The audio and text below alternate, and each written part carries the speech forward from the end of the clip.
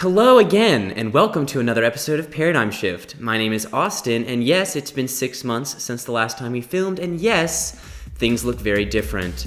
But on the bright side, I'm not mortally wounded. This wheelchair is just really comfortable. Stick around, it's time to shift your paradigm. Maybe.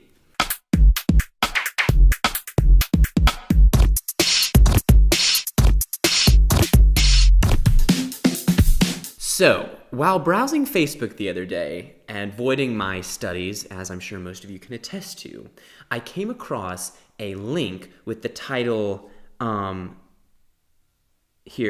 Chancellor Randy Woodson just received a $63,000 raise, increasing his annual salary to $495,000. Do you think Chancellor Woodson is overpaid, underpaid, or paid just right? Now, NC State is the university I go to, and Chancellor Woodson is my chancellor.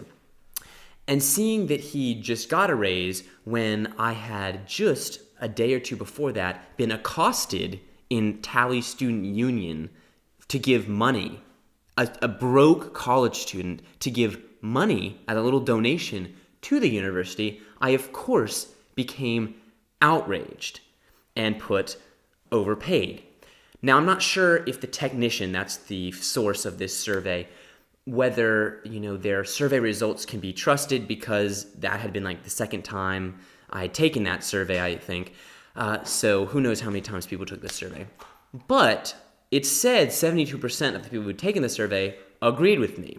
So after looking into it a little bit more, I found out the survey was actually really old and not relevant anymore, because Chancellor Woodson actually makes closer to $600,000, making him the highest paid chancellor in the North Carolina University system, or the University of North Carolina system. And if that wasn't, awesome enough, he also, several years ago, the university built him a special house for him to live in, because the house that he had been living in, that the university gave him, was old, and a little outdated. So they instead built him a $3.5 million mansion on the coast of Lake Raleigh. But we have a certain amount of accountability here when the taxpayer and then private donations, which, if you look into this article that I'll post in the description, the bonus that he just recently got, I think a year or two ago, was given to him in part out of private donor funds, meaning also that opens him up to the controversy of, if these private donors can just say something, oh, we want you to do this, and next year you'll get an extra big bonus. Doesn't that kind of make the university system a little skewed in being affected by the private sector? Now, don't get me wrong, that's something I'm not really opposed to. But according to this article, published by WRAL, a local news source, he is the only chancellor in the university system here in North Carolina that has been allowed to receive these private donations.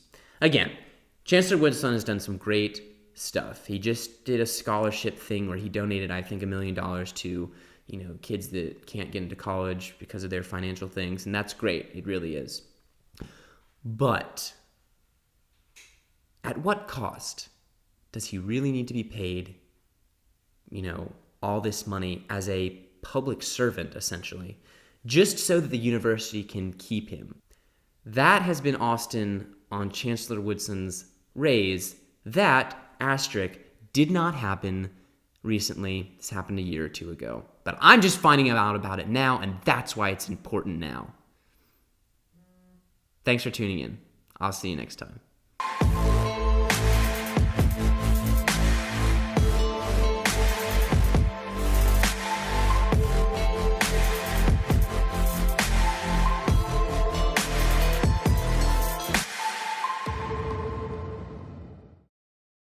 I am not mortally injured. This wheelchair is just really comfortable.